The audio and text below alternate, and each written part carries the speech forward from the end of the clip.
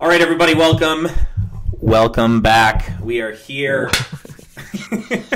What's up? Welcome to the very first video. Every week it's the first version of something for Debate the Slate. We're just changing a bunch of shit. You know that saying, throwing spaghetti up against the wall and see what it sticks? We're literally just hucking pasta against the side of a fucking wall and seeing what happens. So, welcome to Hucking Pasta with Garrett and Dom. Yeah, guys, welcome back. It is today. It is Monday the 25th. By the time you guys listen to this, it'll be Tuesday the 26th. Or watch this because, as we were alluding to in our segment Hucking Pasta, we're trying some video stuff. So we actually have a video interview later with our good buddy. I think we could both say he's our good bud now, right? We're bros now. Yeah, exactly. Adam Amin from ESPN does college football on Friday nights. He's the one that teaches you history lessons about all the plays. He's the one that told me that Boise was more than potatoes. So we have... Huge if true. Yeah, huge if true. We have a great interview with him. Now this is weird. Like, I'm not looking directly at the camera because I'm not used to it. I'm just like in podcast mode. But we have to actually like look. We're not pivoting to video. We're just adding video. Exactly. So don't let the media, spin it any other way. Yeah. Not pivoting to video. We're not firing everyone. Nope. It's just to us, by the way. It's just us. Just adding video. Exactly. Embracing video. We're embracing it. Yeah. I would say that's good. That's a great way to put it. Garrett, you should if this podcast thing doesn't work out, I think you have a future in some PR, some spinning. Boom. Yeah. Ultimate spin master. Exactly. Spin master fresh. But yeah, speaking of spinning, there is no way to spin how fucking horrible this past weekend was. Like, everything's awful. It was just so bad. It was so bad. I was in LA. I was just getting done. I was like getting ready to get on a plane on Saturday. I was stoked because I was going straight to a watch party for Michigan State. And I woke up on Saturday with a ton of bets all pre put in there. And I lost like all of them. All of them. I put up that tweet that I put out on Debate the Slate. By the way, you guys should follow us at Debate the Slate. It was that Vandy kid who was like sitting sad, right? And the caption I put up there was when you lose every game in the first slate of games and you start to rethink your life. Like, that happened to me, but every single slate of games on Saturday and on Sunday. Dude, I took a beating as well. And like, the only thing that could have been worse than losing a lot of bets this weekend was a heart-wrenching loss by Kentucky to Florida and what should have been a W. So just like the cherry of awfulness on top of the disaster that was this weekend, that. So bad. Like, horrible bad. I mean, part of me, I felt for you. I really did. You guys should have won that game. I thought you were going to win that game. Like what was your range of emotions as that entire scenario unfolded? Well, it was just my team lost too, but we were never really in that game. Like, yeah, like yours was heart-wrenching. And I was kind of like, the whole time I was like, this isn't gonna hold. Like, they'll figure us out. Like, this is not real. So like, I didn't get myself too excited until like eventually I was just like, we are clearly like, this game is ours. Like, we are like, our running offense is too good. Our defense is shutting down their bad offense. Like, they can't do this. Like, they looked like they weren't going to be able to pull it off, and we were the stronger team, like where we needed to be. And then it was just like, so we're going to lose by 1. Huh. Cool. I mean, you had a 57-yard field goal attempt. Yeah, just the whole no, because I just knew we were. I was like, no, this isn't gonna happen. By then, I was already defeated. I was like, no, this isn't gonna work. Which way would you rather? Let me ask you this: like, which way would you rather lose? Right. So, like, when I landed and I got off of I landed like the moment that the game kicked off. Right, and so the TVs in the plane shut off. So I'm like hustling to get my bags. My girlfriend's like, "What are you in a rush for?" And I'm like saying like nothing, just kind of want to get home, glad to be home. But really, I'm like, I need to drop off my bags and leave immediately to go watch this football game. But, like, as soon as I checked my phone, like, we were already down 14. We started to come back a little bit and then, like, fumble on the goal line. It's not good. We were never really in the game. Which way would you rather lose to a team that you haven't beaten in, like is now 31 years? Yeah. Never in my lifetime. I think I would just... Like, do you feel good knowing that you were close, or were you like, fuck, like, don't even let me get close. I don't even want to get close. Typically, I probably just... So I knew we were good enough to beat them. And so I think that most UK fans did not. They're like, whatever, very pessimistic about our football program. Like, yeah, we're better, but we're still never going to beat Florida. And then to see us do that is probably reassuring to them. To whereas I know we were good enough to beat that team and, like, maybe beat them 4 or 5 out of 10 times. But to do it, like, but it would have been easier to digest just not being in the game. And, like, I still think I would have had enough faith because I think, like, we'll pull off some other win this season that, like, again, proves we're solid. But I don't know. I think I'd rather just be down the whole time. I don't know, than coming out like that and watching it slip away, especially like just to straight up just lose for the 31st time instead of, like, you had it, you could have ended the streak, but it slipped through your fingers is different than just being like, yeah, well, like, you know, you all might be a comparable team, but they clearly came out and just started whooping your ass from the start. So I don't know what you expected to happen. Be like, yeah, you're right. Yeah. Why would we have won that? Yeah, that's tough. That's really tough.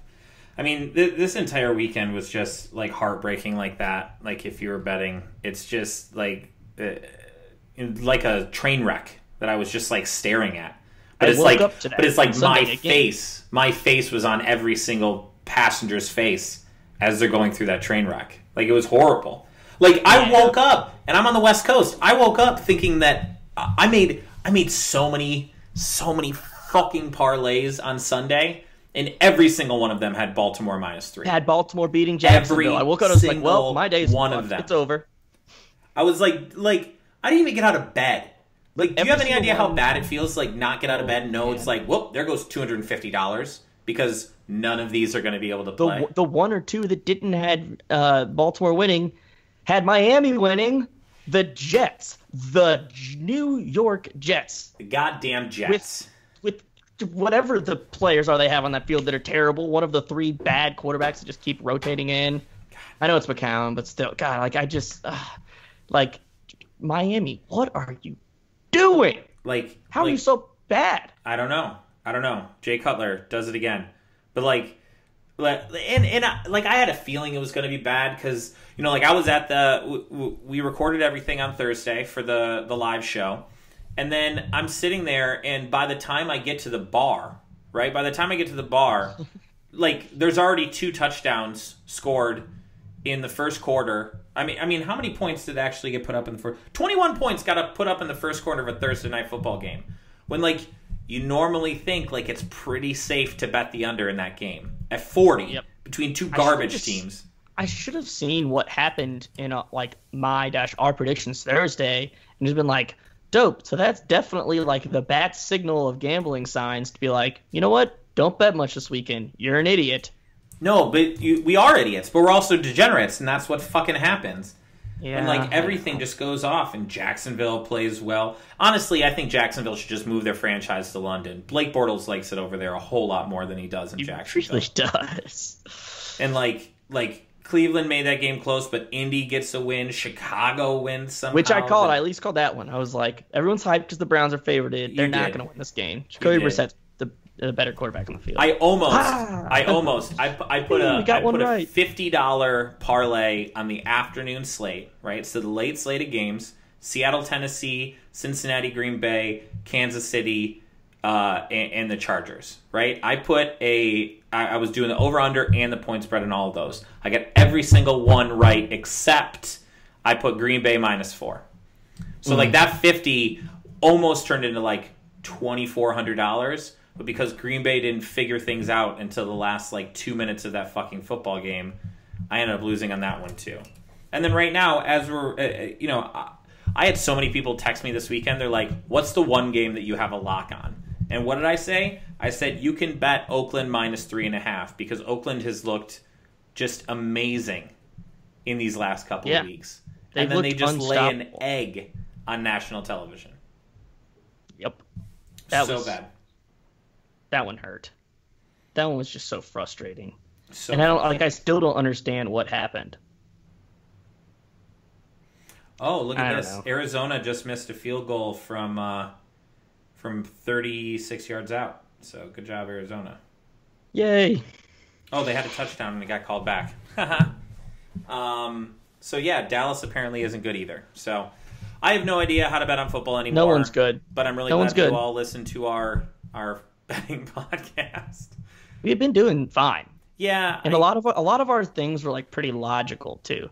It's like I said at the beginning of the year, like no one can really give you shit for taking the Pats minus the points week 1 of any NFL season for the past like 15 years. And so like, was it the smart move? It clearly didn't end up winning this year for us, but like that's just like everything points at that being the right move. Yeah.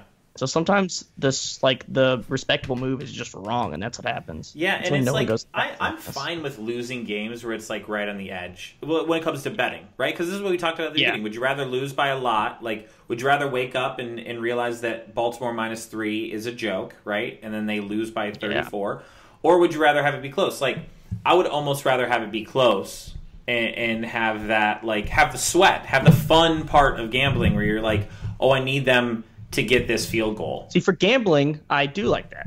And because I get some self-assurance of like feeling 90% right. Like, exactly. Did the money hit? No, but like I was pretty accurate. And so especially like if it's a crazy weird bet and it's like, I can't believe they didn't cover that. It was like, well, they were a 48-point underdog. And it's like, yeah, I know. And then they lost by like 49. Like Army was like, what, 2 points out from covering the spread against Ohio State like a week or two ago. I liked that one. I was like, this sucks that like that bet didn't hit, but like I was probably on the like the sharper side of that. Yeah, but there was just so many like New Orleans was a 5-point dog, they ended up winning. Buffalo was a 3.5-point dog, they ended up winning. Indianapolis was a 1-point dog, they ended up winning. Chicago was a 7-point dog, they ended up winning. Like the Jets were a 6-point dog at home. They ended up winning. So, like, this was just a weekend where Vegas didn't even understand what was going on. So, what are the Steelers after this weekend? Like, what are they? I mean, it's hard to tell. Like you look at... They barely beat the Browns. Or, like, they give the Browns a chance to beat them, really.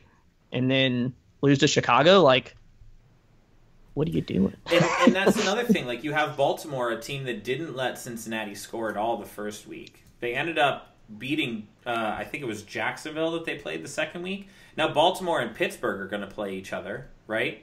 And that line opened at Pittsburgh -1.5 on the road in Baltimore. But it's like, who are either of these teams? Yeah, I don't know. Like Pittsburgh had just like a shitty loss, right? Yeah. Against the Bears team that tried to give that game away. Like that whole...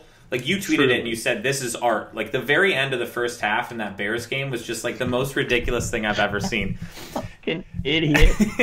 Oh, it was amazing. Like, how in the world does that happen? Like, that's and then they took, like, 30 minutes to, like, keep reviewing the call, too, just to, like, add on. Not 30 minutes. They took a while, though. I mean, it was a long time. Like, I wasn't watching the game, but I had my Sports Action app open, and I'm, like, flipping through, and I'm seeing what happened, and I'm like, why hasn't this game gone to half yet?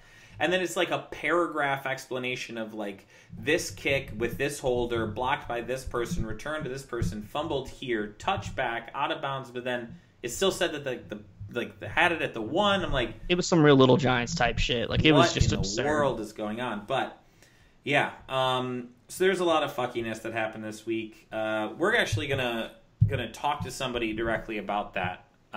Yeah. Our and good so friend, this is prime for, you should be excited for after our interview that we're about to jump into. You should be hyped for our newest segment bit, if you will, of we fucked up, because we got a long list to pick from. Yeah, we certainly do. All right, so we're gonna jump in with our friend from ESPN, Adam Amin. We talk about Mack Brown emojis and emojis. We talk about history lessons. We talk about Boise. We talk about good dogs. We talk about everything. So it's a really great interview. Hope you guys enjoy it, and we'll catch you on the other side. We got a whole lot of new money, though. Hey! All right, everybody, welcome back to Debate the Slate, the very first video edition. I am very excited to bring in our next guest. This is the first guest we've had on the podcast I actually have had a chance to interview before. He is, what I personally think, one of the best play-by-play guys calling football, period. Any network, any division, pro, college. It's our good friend from ESPN, Adam Amin. Adam, how are you doing, buddy? What's going on, everybody? This is awesome, man. I'm glad we could get a chance to do this together. This is great. Yeah, coming back round two. Dom's it's going to be a pretty top-notch interview by you, Dom. It's super personal this time because there's video. Exactly. This is real. And I see you have that wonderful Chicago skyline out there behind you, living like a big baller. I mean, that's probably an overstatement of it all, but no, it's. I was actually telling you guys this before we started up. When I got out of college, like my first job was in a really small town in Iowa, and I lived in somebody's basement basically. So they kind of turned it. It had like a kitchenette and a shower and a bathroom and like a living area, and that's where I lived. And it was just like super dark and isolated. And then I lived out of hotels for a couple of years, working for a minor league baseball team. Then I lived with my brother for a while, for I want to say a year or two, and that was fine because I love my brother. But it was just like I was in the suburbs, and I never really felt like I had my own, like a place of my own. So as soon as I moved out, I'm like, all I want is like a view. I just want a view of like the city or the skyline or whatever. And as soon as I walked into this place, I'm like, all right, I don't care. Just put me in this place just so I can feel a little bit like happy when I wake up and the sun's rising. So For sure. I literally started from the bottom and now you're there. I mean, a basement in Iowa, it's like basement's not great. Iowa, and I live on the 46th floor of a high-rise building in Chicago, so it's not like a rags to riches tale by any means. Yeah. I'm happy. It's cool. That's good. Well, the first question I want to ask you right off the bat, and maybe because you spend all your time in this a lot more than even we do, you want to tell me what the hell happened with college football this weekend, man? It seemed like everything that we have a pick show that we do on Facebook on Thursdays, and I was giving out what I thought were some winners, and I think I lost everything. So what happened this weekend, dude? Oh, well, this is the part of the beauty of it all, right? I mean, nobody expected, well, I don't want to say nobody, but not many people expected TCU to go into Stillwater and hold an offense that looked like a world beater for the first 3 weeks of the season and check the way they did. And I'm one of those people that has seen Mason Rudolph, and we had Oklahoma State week 2, and I thought their offense was so electric. I didn't think anybody was going to be able to stop them until they got to November and got to Bedlam and got to that Oklahoma defense. We know what the crack is on a lot of Big 12 teams. Really good offensively, good quarterbacks, a lot of good skill guys, but zero defense when it matters the most. And to hold Oklahoma State down the way that TCU's defense did. Let me also say this with the caveat that we do know that TCU's defense is good. They got some studs on that side of the ball. But I thought the Oklahoma State offense would win out too. A lot of us did. But I give Gary Patterson a lot of credit. This is what happens when you get into conference play, because especially when you have a senior quarterback as good and as experienced as he is, as good as James Washington and Marcel Laitman and Chris Lacey and these guys are, that TCU defense is so strong. And the one area of concern I had at the offensive end for Oklahoma State was their offensive line. And sure enough, Gary Patterson told the TV crew, hey, we're frothing at the mouth to get after him. We want to blitz. We want to go after him. And sure enough, that's what they did. And that's kind of pretty much how they won the game. Yeah, I mean, I was just hammering everything Oklahoma State, like whether gambling or just fandom or pulling for them. I was shocked by how much they struggled. And yeah, TCU's defense just really came to play when I expected. Would you say that was like the biggest surprise of the weekend from you, or did anything else really like shock you even more? Maybe not shock. Maybe the gap between Mississippi State and Georgia, not necessarily the result or the fact that Georgia played really, really well at home. I wasn't sold on Mississippi State because I'm not sure what to make of LSU just yet. So I wasn't 100% sold on the Bulldogs, the Mississippi State Bulldogs, not because I don't think they're a good team. Or I love Jeffrey Simmons on defense and I love Nick Fitzgerald at QB, but outside of that, there are a lot of unknowns going up against a pretty salty Georgia defense. So I didn't think the gap was that wide, though. That's probably a big surprise for me this weekend. I don't want to say it's a surprise that USC is struggling the way they did the last couple of weeks, and not to say that Texas is a bad team or that Cal is a bad team. Cal's a really good defensive team, by the way, and for 3 quarters they look like it. But I was a little bit surprised at how much we've kind of seen from Sam Darnold these last 2 weeks. I really like him. We all really like him. He is a legitimate potential number 1 NFL draft pick as a quarterback, but the thing we're learning about him is that he likes to force things at times, and he has the arm and he has the intelligence and the accuracy to make throws like that, but he does force them at times, and we've seen a lot of that in the last 2 weeks. So I don't want to say it's a surprise that USC has struggled as much as they have the last couple of games, even going back to week 1 against Western, but I thought we would see a little bit more offensive consistency. I know they had guys hurt. I know their leading receiver, leading rusher were out, understanding that, but that was a little bit of a surprise to me as well. What about NC State? I was taken aback. That just felt like NC State coming out big, feeling like they can beat a bigger name team. But I was like, Florida State's got too much talent on the field on both sides of the ball. It's like they will like stumble and fall and squeak out a win here, and just never could get it together. That one really pushed me back. Yeah, it's hard to judge them right now. Once you get into game experience with your first start as a collegiate quarterback, Blackman is as talented as they come. There's a reason he's there. But yeah, I was a little worried about what they were going to look like going in. I still think people forget. I know my buddy Cole Kubelik will appreciate me defending him a little bit here. Like I didn't think NC State was a playoff team by any means, and he was kind of putting them into his college football playoff very, very, very, very early. But at the same token, like it's not a far-fetched notion to think that NC State would be competitive in the ACC. I had him in a game last year late in the season. I like Ryan Finley a lot. Guy's got a good arm, makes really good decisions, and the defensive line is arguably one of the best in college football, certainly a top 5 defensive line. And when you have a rookie quarterback and a guy that's still trying to get used to certain things and trying to get into a rhythm and game action when it really matters the most, it's one thing to have those 2-3 weeks of practice the way they did. That's nothing like going into an ACC game as in your first start. So I had some questions about Florida State. I'm not shocked by NC State winning a game. I think they're going to be competitive in more ACC games that people don't really expect. So I'm not too shocked by that. I think they're a really strong team overall, and I had that thought since the beginning of the year. See, I felt really high on them too, and I think like I'm just mad at them because losing to South Carolina to start the year, and then so I'm a huge UK fan, and to see us dominate that team so much, and be like, wow, like NC State must really not be that good, and then they come out and do this, and I'm like, whatever I say about you guys, you do the opposite. Like, what did I do to offend you? Stick up for me, or just like be bad, like straight something. Up a diss to you. Like I think you've got a legitimate bone to pick here, but by that same line of thinking, we have a tendency.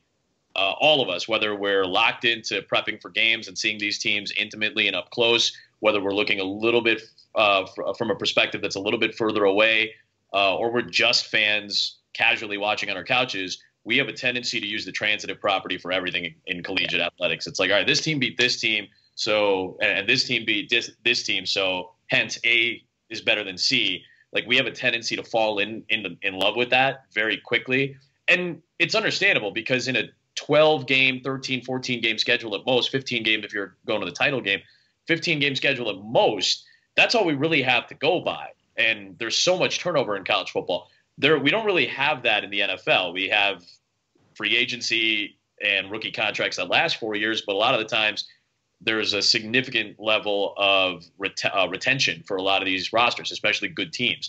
Nothing like that in college football. So all we have to go by is that transitive property. So we see one game against Team B and we see the next game against Team C. We assume that they're going to be better than Team D because Team D lost to B and C too. So that's really just not the case in college football because opponents know each other really well once you get into conference play.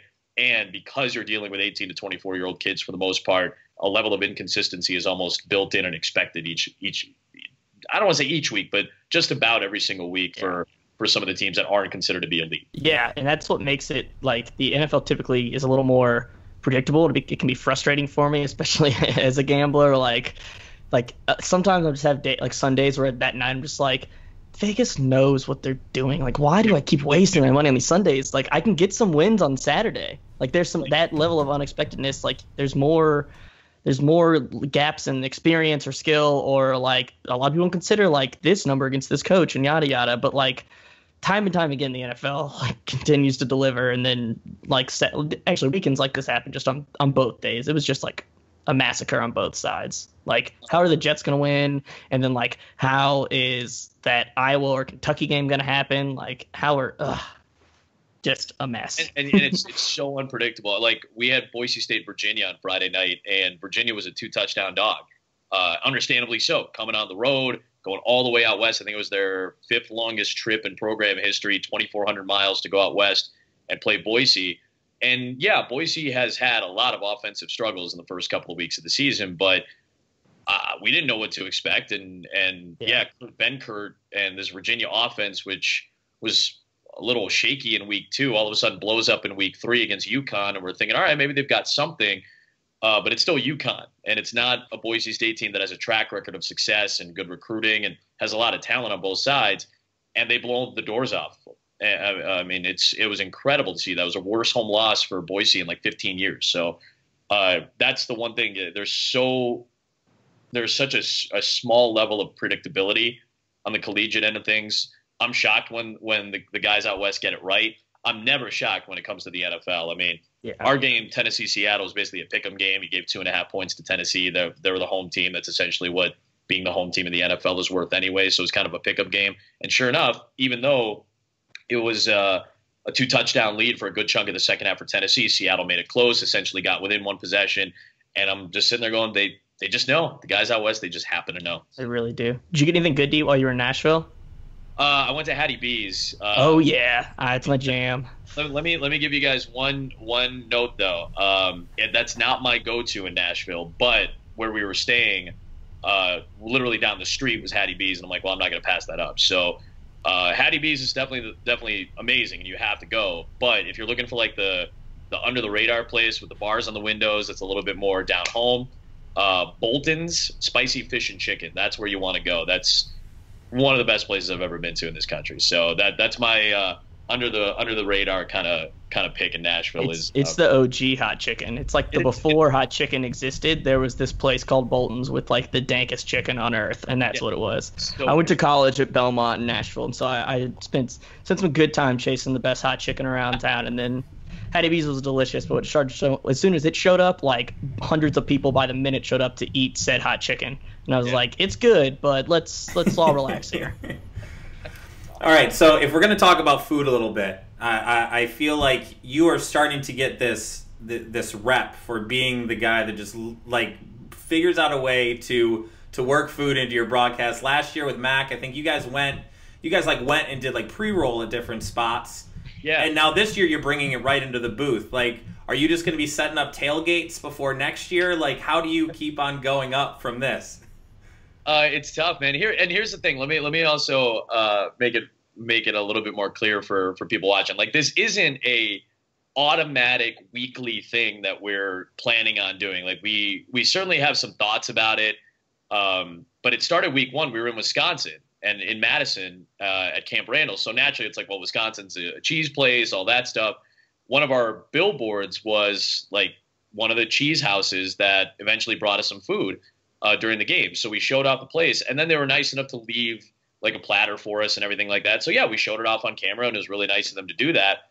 And then week 2, we didn't do anything. And it's, we were in Mobile. It wasn't like there wasn't like a hot spot or like a traditional food or something like that you really have to go after.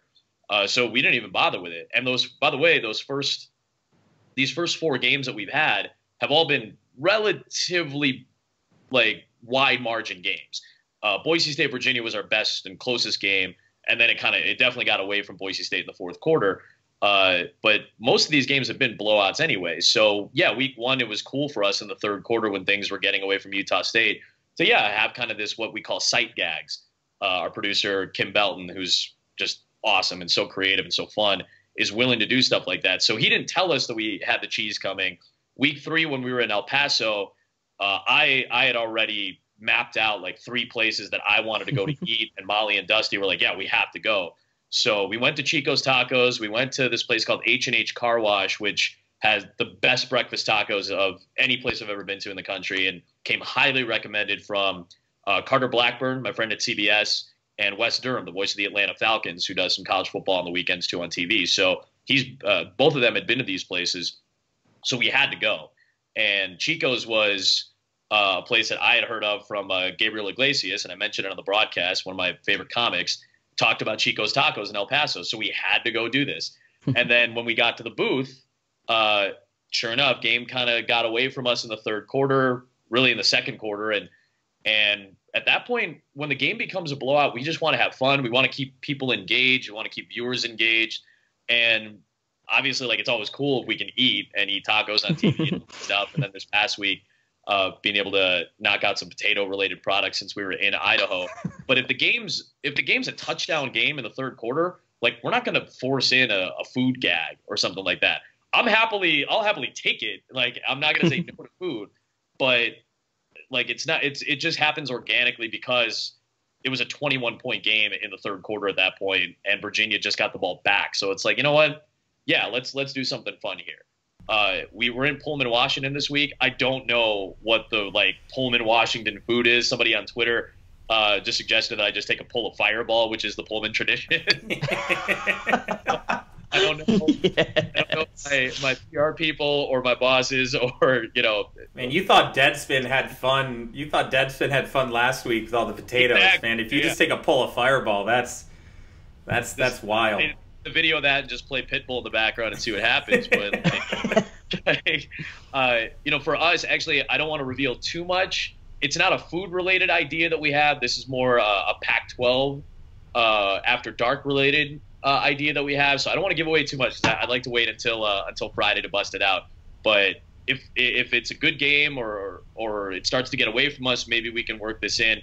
I don't know if there's going to be a food-related thing. That's more up to our producer. But we just kind of play it by ear, especially just because we've been able to go to some interesting locations these first few weeks. For sure. Now, how fired up are you really for this game in Pullman? The USC team, sometimes they beat Stanford by 1,000,000. Sometimes they have to, the Texas game, make me look like an idiot because I said that one wasn't going to be competitive. And then you've got just one of the best coaches in college football, just giving you sound bites pregame and postgame. Are you guys really fired up for this matchup on Friday? Seriously, man, this is probably the biggest regular season game I've called for ESPN. I've been lucky. I've called some huge games. I've done huge bowl games. I've done the Kick 6 game on national radio a few years back. Big games I'm used to, but this is definitely the biggest one that we've done during the regular season. Just because it falls that way. We're the Friday night crew, so our schedule is essentially set at the beginning of the year. So it's a total crapshoot. Chris and Kirk are going to get the best game every week. That's how it's scheduled. That's the position they're in. Joe Tess and Todd and Holly, they'll get the second best game essentially every week. But for us, with the schedule set, we're just kind of hoping, and we're hoping for competitive games, or we're hoping that the teams are playing well just to draw people in.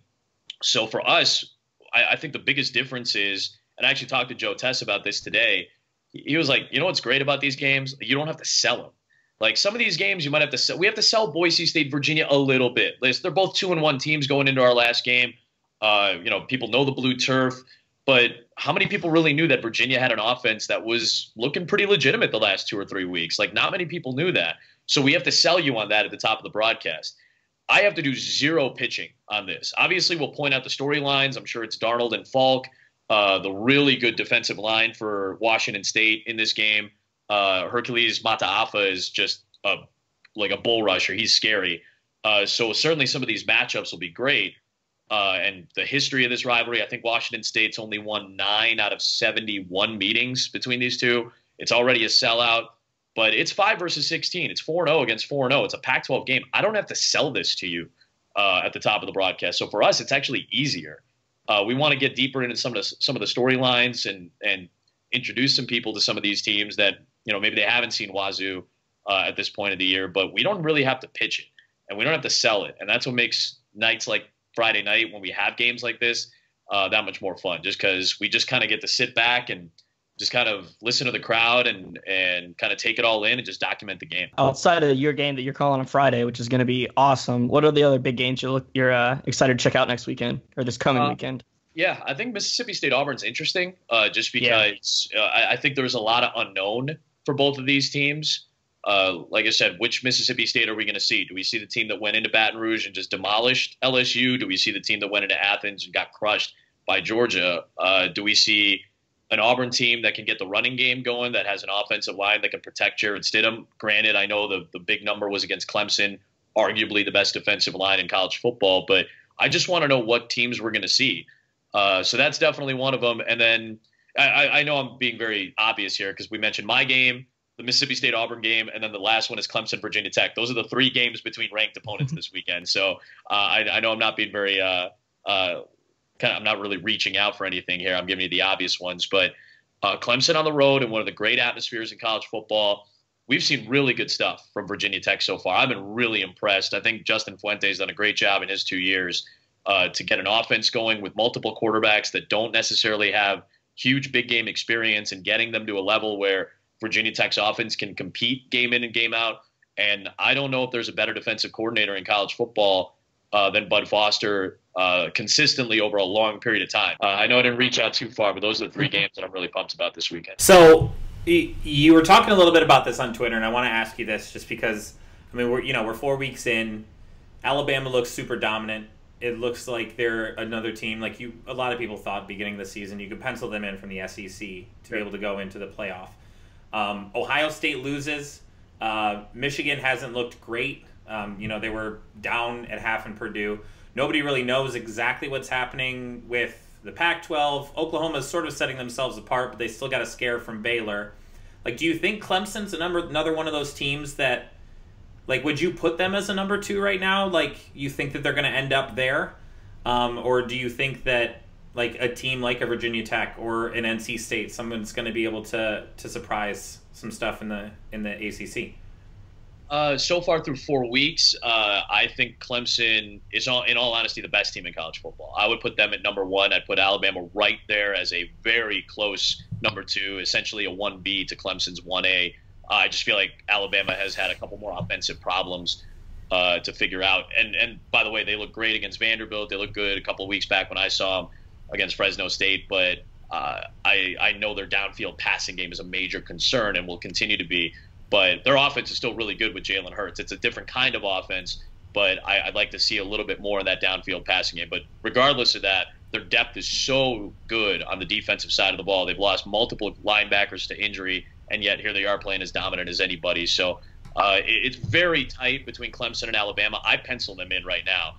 I think Clemson can still afford a loss at some point this year. I think most of these teams, frankly, can afford a loss. We were talking about a scenario where maybe Oklahoma and Oklahoma State both got in, assuming that they were both undefeated going into Bedlam, which I think obviously that puts a damper on the plans right now. A home loss for Oklahoma State probably won't do much for them. They still have a chance, obviously, with a potential data point, the Big 12 championship game, plus the game against Oklahoma, whom they might end up seeing twice. Who knows at this point? So there's still obviously a long way to go. There's too many variables to figure it all out. But at this point, I would pencil in Alabama and Clemson right now.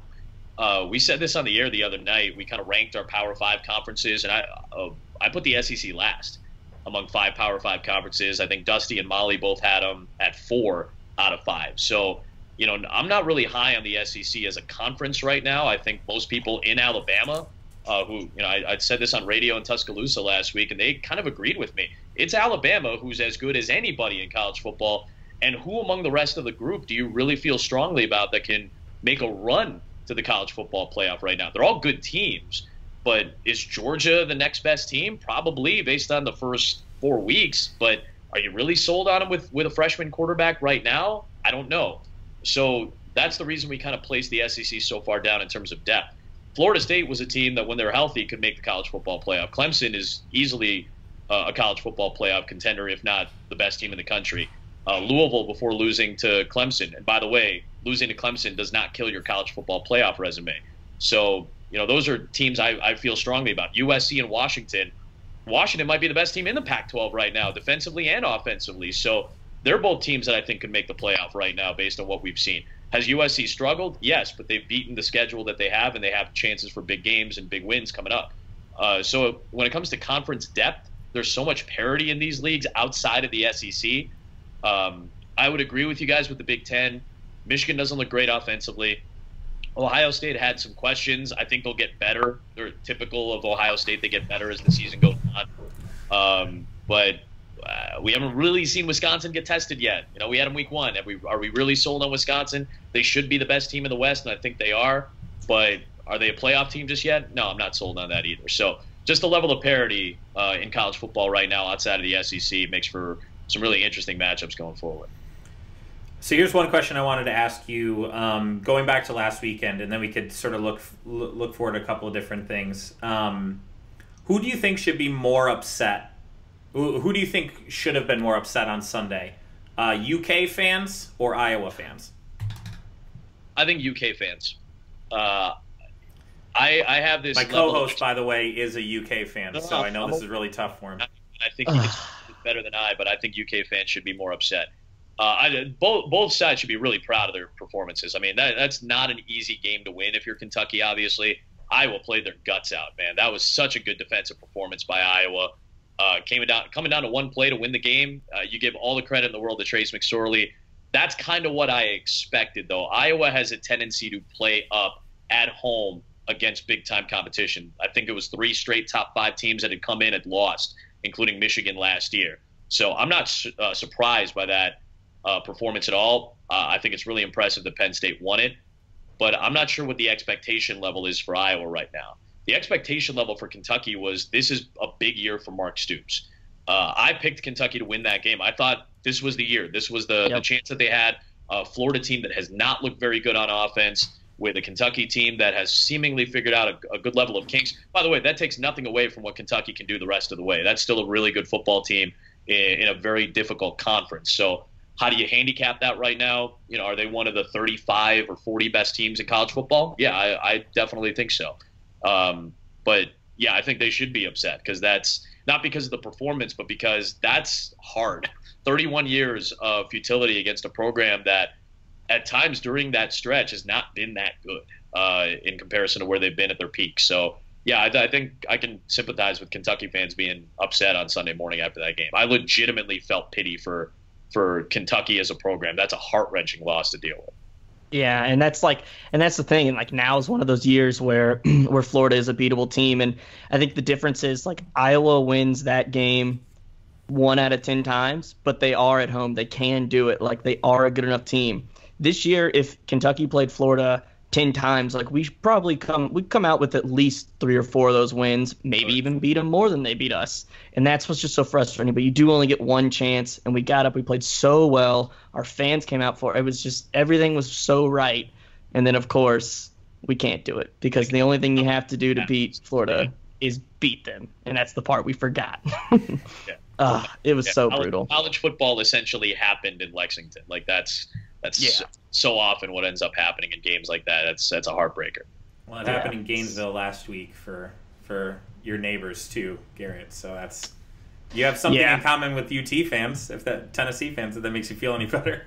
No, probably it makes me feel terrible. I know, and now I've got this weird thing where I'm like, I don't know, do I want like Tennessee to beat Georgia in case we can beat them later this year, and like that makes us look better? I think that's game actually going to be really good this year. I saw the line open at 7, and like I feel like Tennessee plus 7 and in Knoxville is like some solid play, but I think Tennessee they never really bottom out, but they're never as good as they think they are. So you have to get frustrated at their fans, but then they never really like just completely bottom out. So like them against a top 10 ranked Georgia team, like still probably going to be a hell of a game. Yeah, I think it'll be super competitive actually. I think I'm with you. I think I saw the line at 7.5 or something like that. So Georgia coming into that atmosphere, it's always difficult. And again, young quarterback. We've seen some really good Georgia performances, and obviously the game in South Bend probably sticks out. But that was a game that was really impressively won by the defense more than anything else, and I thought Notre Dame had a serious shot to win that game anyway. This is different going into an SEC road environment. I think for Jacob Fromm, that's going to be a little tougher. And this is like if Butch Jones wants his players to show that they care about him and want him as their coach, they have to win this game, or at least just be so close and probably lose in a heartbreaking fashion. Like if Georgia comes in and blows them out, I think that is the nail on the coffin for Butch Jones. I think he's done. Yeah, I think games like that go a long way in deciding things of that nature. When, I mean, it's kind of like when we get to the playoff and we're picking teams and we're like, well, this is the determining factor. This is the determining factor. All that stuff is just trying to separate razor thin margins anyway. And I think that's kind of what happens when we're looking at coaches that are quote unquote on the hot seat. It's games like that. It's, I think fans are going to look back at Texas A&M and Arkansas on Saturday, and like somebody was saying to me, is that a keep your job type of bowl or something like that? And I'm like, well, maybe keep your job for another week type of bowl, because at the end of the year, if Arkansas is sitting at 7-5, they're going to look back at the game against Texas A&M that they lost and say, well, why couldn't we win a game like that? Especially if A&M doesn't have a great rest of the season, which they've had a tendency to do late in the season. So it's games like that people look back on. And again, if a guy's going to get fired, he was going to get fired anyway. That just adds to the narrative that people want to dive into and use as fodder to say, yeah, well, see, I told you so. That coach is going to get fired. There's a lot more involved, I think, than we even realize. Even those of us that are a little bit closer to it, there's a lot more involved in a coaching, hiring, and firing that even we realize than just the wins and losses. A lot of it is relationships with boosters. A lot of it is relationships with the AD. I look at Nebraska right now. I think Mike Riley's a much better coach than we realize. Maybe he's not a great fit at Nebraska, and I think a lot of people have used that line over the last couple of years. But now the AD's gone. Sean Eichhorst is out. So are we basically looking at a lame duck coach right now in Lincoln, Nebraska? I personally think so, because I think the relationship between the AD and the head coach, the AD and the boosters, and kind of all those intricate nuances, all of those things have a lot to do with whether a guy stays or whether a guy goes, whether a guy gets an assistant or keeps an assistant or loses an assistant. All of that has a lot to do with it. There's a lot more in the tapestry of all this than maybe even we realize. This feels like just such a perfect storm for Les Miles to end up at Nebraska next year. With his son playing there, the AD out. I agree with you. I think it's just a ticking time bomb until they're on the coach hunt, and they may already be weighing their options and talking to people. But that, like, getting to coach your son, go to another big time name school, like that would be pretty insane. What's funny too? I think back to the Bo Pelini era, and I actually really liked Bo. Like with us, he was always really great, very candid. The different breeds, certainly not a lot of coach speak, a little bit more abrasive, not really concerned about your opinion of him. But for me, he was always great with us, and I really respected the guy as a coach and as an honest person. And there was such a level of consistency: 9 wins. There'd be a 10-win season, 11-win season mixed in. But I mean, that was great. That was a great run. I'm sure Nebraska fans kind of long for that at this point. But the point I was going to make is Les almost kind of has that same quirkiness to him, a little bit of a different personality.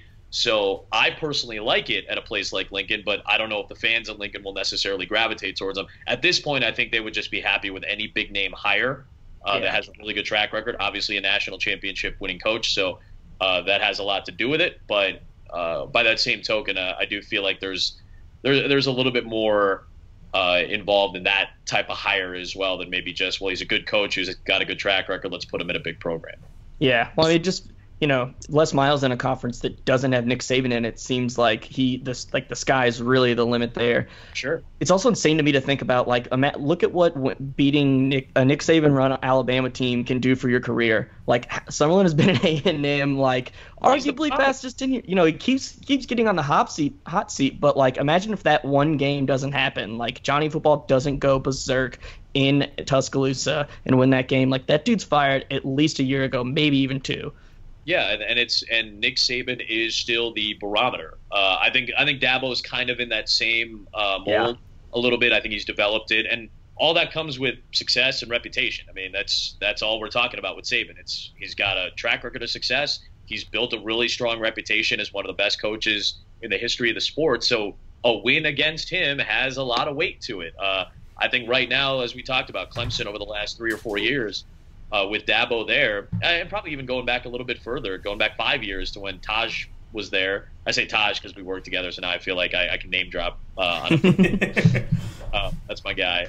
Name drop. But, yeah, it's a big-time name drop.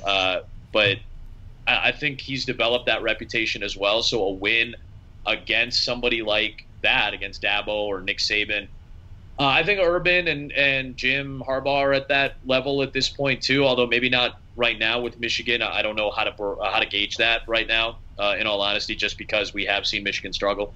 But I think Urban, Nick Saban, and I think Dabo Swinney at this point, you win games against those teams and against those coaches, that really can go a long way into preserving a little bit more goodwill than maybe expected before.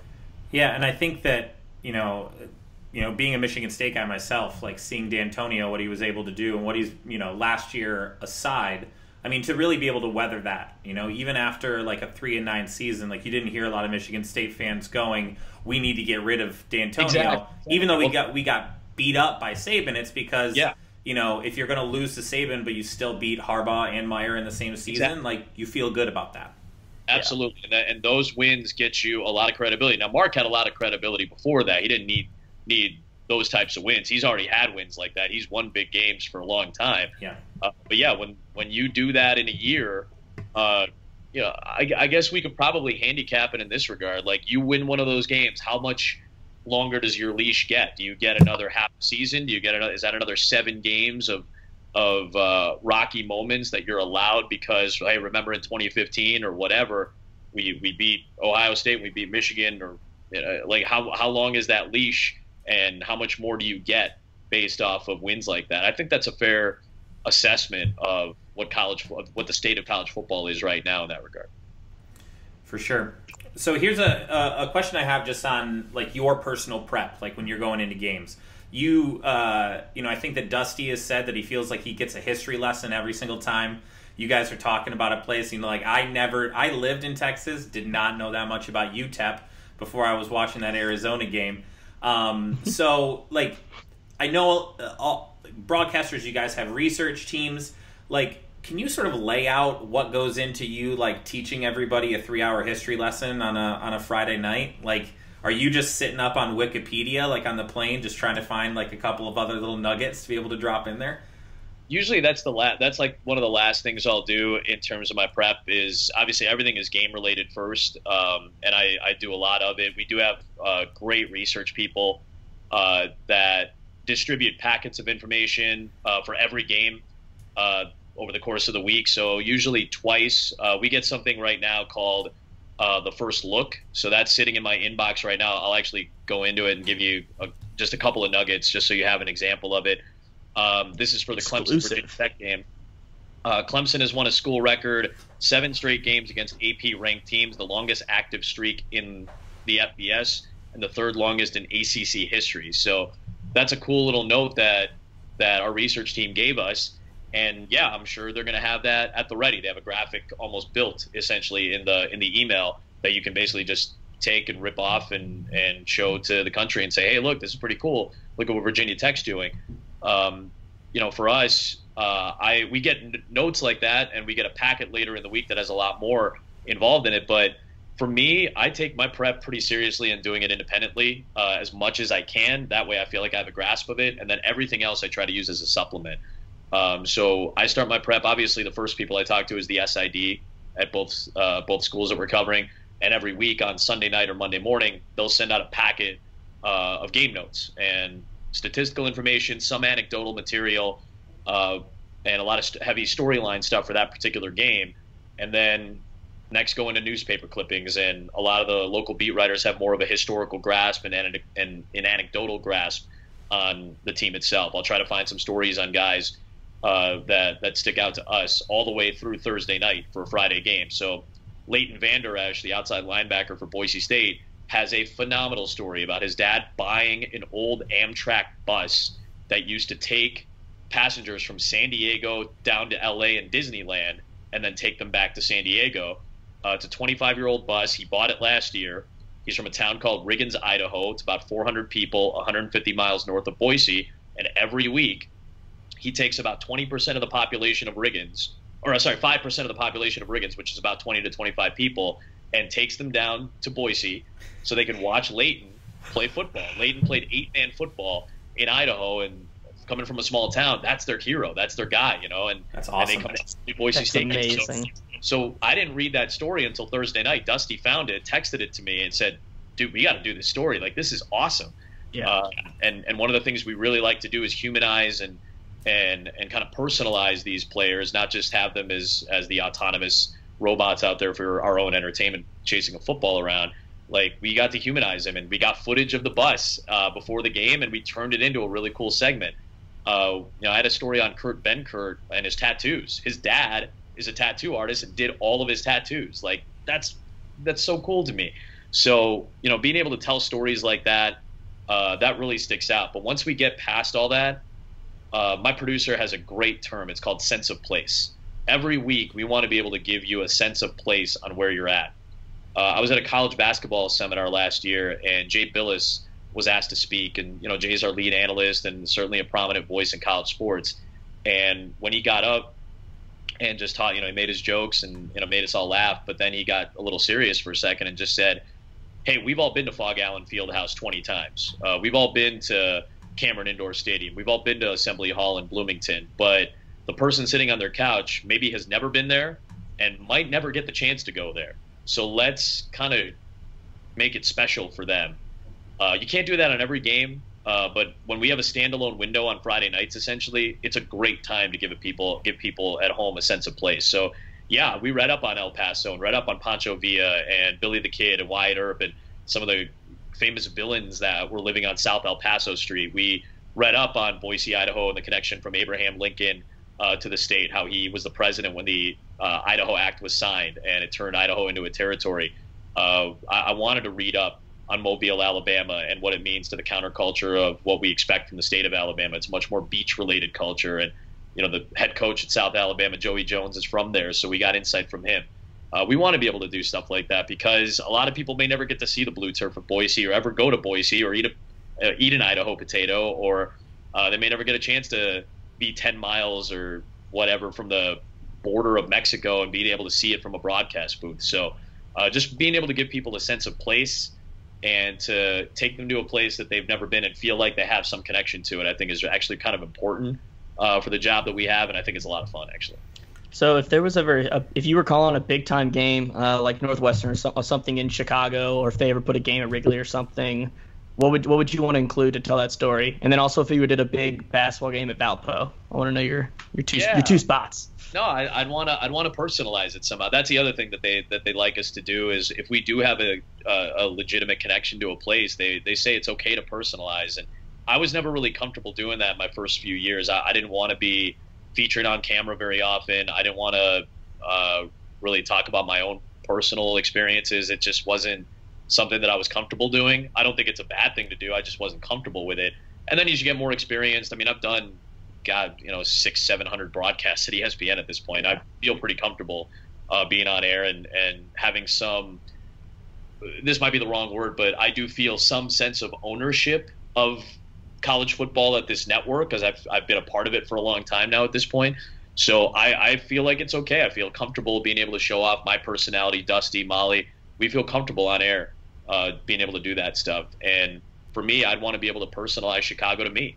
And, my dad, it's funny, I look out my window and there are high-rise buildings here in Chicago, and out that window you can see the Sears Tower. And my dad, when he first came to the United States, moved to Chicago, he and his brother were manual laborers who would mold and shape windows that are still used on some of the high-rises in Chicago, including the Hancock building. So, to me, that's a personal story that I would be happy to share.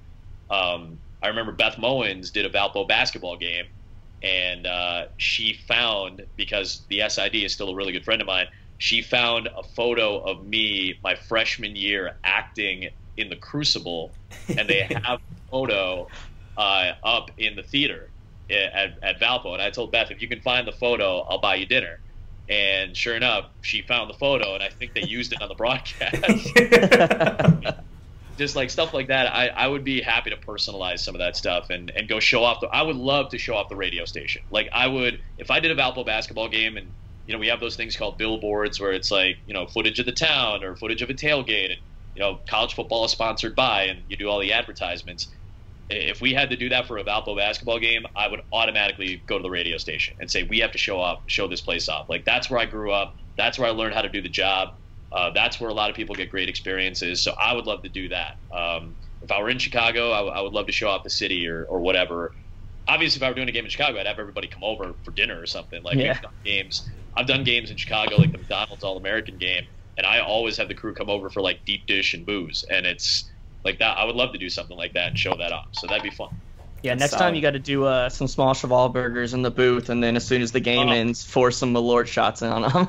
Dude, no joke, man. Malort, it's so scary, by the way. But it's small cheval is like the greatest little invention ever. Like the fact that they have it like not too far. Probably it's like a 10-minute walk from me. And the actual au cheval is probably closer to like 20, 25 minutes, about a mile west of my apartment. But like that's one of the must-have go-to spots when you come to Chicago. Yeah. I love it. I love that we have the Chicago connection. Like that's where I was born. You two are there right now. Like this is good. This is the Chicago episode of Debate the Slate. I love it. All right, so we have some rapid fire questions for you that we will fire off. We really appreciate the amount of time you've been spending and hanging out with us. It's been really awesome, dude. Okay, first one. This one's really close to me, and I do feel like there is a correct answer. What is the best Chicago deep dish? For me, it's Lou Malnati's. But you can't go wrong with any of the three, honestly. The big three are Giordano's, Lou Malnati's, and Gino's East. I prefer Lou Malnati's because I like their sauce the most. Gino's East has the best crust, and I think Giordano's is the best overall pizza, but I'm a big sauce. I really like sauce. So for me, Lou Malnati's is my go-to. That's where I typically take people, but I really don't think you can go wrong with any of the big three. You really can't.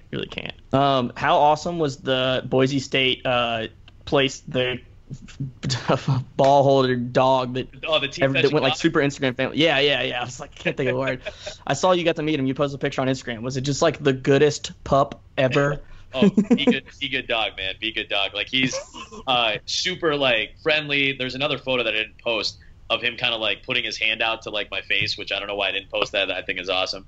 But just like I melt really fast over dogs, and like he was like so sweet, and the owner is super nice, the trainer for the dog. So I had a blast. It was great. Awesome. So how many times do you and Mack Brown every day send each other like Bitmojis? We probably actually like to this day, like we text a lot, and he I'll give you something. Mack Brown loves emojis. His favorite one, I'm pretty sure, is the wine glass. Mack is a huge wine guy. Like I learned a lot about wine just from Mack. For those of you who are looking for a little bit, it's a little expensive, and it's like a special occasion type of wine. But Camus for me is probably like my favorite wine, and it's his favorite for sure. So when the season ended, I give a gift to my crew every year. This was the easiest gift I've ever given. So I sent everybody on my crew, Mac and Molly, a few more, but like everybody on my crew got Camus, and I send pizzas. I send Lou Malnati's pizzas. Yes, I'm dead serious. Like, I've done that for the last 3 years. So everybody on my crew gets a bottle of Camus and gets a couple deep dish pizzas from me. But Mac and I, when we text, he's all about joking around about coaches and this and that, and he'll always be like, we'll always say like, "Hey, I love you, brother," or something like that. I'll always put like the heart emoji. Like he's a big goofball like that. I love him to death, man. I have said this, and it's not in jest. Like the day I get married, like Mac, I want Mac to be in my wedding. Like he's one of my all-time, like the great people you'll ever meet. That's magnificent. Awesome. And I love that he is a huge emoji guy. That's amazing. Like Mac's pretty hip, man. Like I don't think people realize 67 brother gets down, man. He's a hip dude.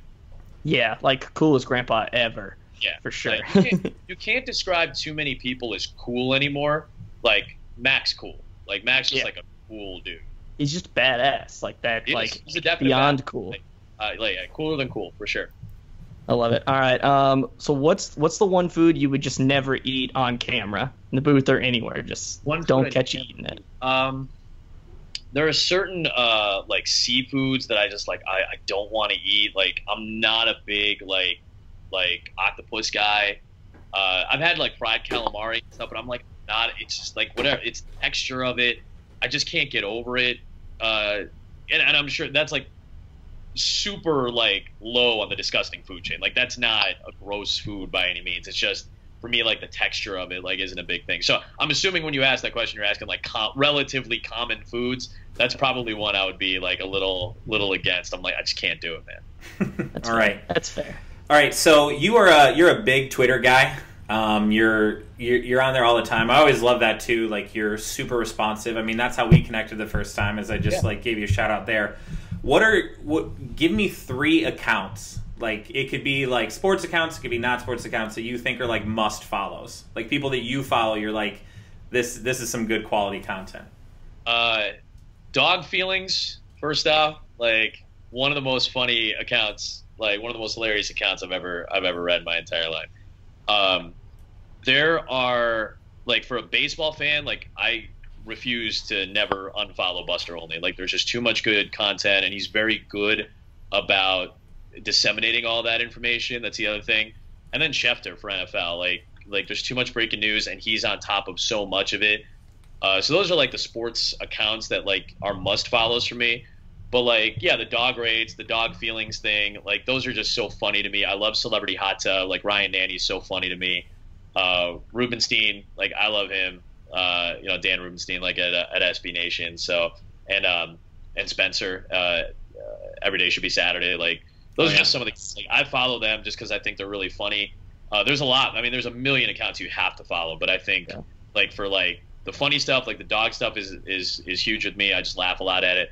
And those accounts, in terms of just the most up to date and important information, like, it's hard to not follow those guys. Yeah. Well, we just had Rappaport on here last week, so maybe this follow. Yeah, that's a good one. And then if you do want another one, Charlotte Wilder, she's SB Nation. She does sports stuff. She's actually going to be on the pod next week. I don't know if she knows this yet, but she's going to be on video. So congrats to you too, Charlotte. In theory, if she's watching, but yeah, she's a funny sports-ish follower as well. She just got an automatic follow from me, so that's perfect. Boom. There you go. There you go. I saw on your Instagram that you have met John Hall. Have you met Oates? Have you completed the Hall and Oates? I did not meet Oates. I met John. The best view in the NBA is, I think, it's close, but Cleveland has one of the best views for national radio in the NBA. Like, they put you literally courtside. Like, Boston's a great view, but you're the second row back behind the scorer's table. In Cleveland, you're next to the Cavaliers bench, and you're next to the scorer's table. So literally, there's a photo on my Instagram from the playoffs. Like, during a timeout, I couldn't help but take a photo. LeBron is literally standing, like, in front of my table. And that's how close we are. And the few seats to our left are, like the big time baller celebrity seats or whatever. And he happened to be there for that particular game. So I was like, yeah, I got to ask for a photo. Yeah, I like his music, and obviously he's a big time, rock star. So I thought that was pretty cool. Yeah, that's awesome. See, I've only met Oates, and now I need to meet Hall. So we're mismatching here. Yeah, we'll Photoshop into each other's photos with those guys. There we go. Perfect. Oh, that's great. All right, man. I really appreciate having you on. I have like 90 other questions I can ask you. I think it just means that we're going to have you come back closer to college football playoff time. So, yeah. All right, man. Really appreciate it. Have fun in Pullman this Friday, and we'll be tuning in. Sounds good, guys. Thanks for having me. All right. Thanks, man. Well, that was just great, wasn't it? Yeah. He is super, super chill. I hope I just run into him at a bar in Chicago now. I'm sure you will. He's the type of dude that I feel like you could just shoot him a DM and be like, hey, do you want to get a drink? And he would just be a ton of fun to sit down and watch a game with. Like, he seems like just a really great dude. So awesome. All right, so we're gonna wrap things up here with our new favorite portion of the show. It's not our favorite portion of the show, but it's cathartic. It allows for us to air out some of our mishaps. It's like a confessional, essentially. And you guys listen to it, and through your screen, through your earbuds, you absolve us of all of our betting sins. So it's a new thing we like to call we fucked up. We fucked up. All right, Garrett, you said that you called dibs on something, so I'm gonna go ahead and let you go first on this one, bud. It is with just the heaviest of heart and deepest apologies that TCU beat Oklahoma State 44-31 this weekend, and I fucked up because everything my like entire weekend revolved around Oklahoma winning the first half. I considered it free money. Only a touchdown. The game, they'll cover that too. If all else fails, bet the money line. It's Oklahoma State. TCU let Arkansas hang around. But I fucked up. I was wrong. I fucked up. I fucked up, guys. A lot of these listeners, a lot of my friends, they texted me, they sent me DMs. I even had a couple of people that came up and talked to me in person and said, I'm going to Vegas this weekend. Who should I put my money on? I need a lock for Sunday. And I said, don't worry about the morning games. Don't think about London. Think about Sunday Night Football. It's going to be on NBC. Kirk Cousins is my boy, but he hasn't been playing great this season. You know who looks good? Marshawn Lynch. Carr, Crabtree, Cooper, and that wonderful bastard Del Rio with his leather jackets. But you know what? They didn't do what I thought they were going to do. I told people, bet the first half line. Only 2.5 points. That sounds great. And then I told people, don't worry. Oakland will pull it back. Bet the second half line. You know what? They didn't. They really sucked.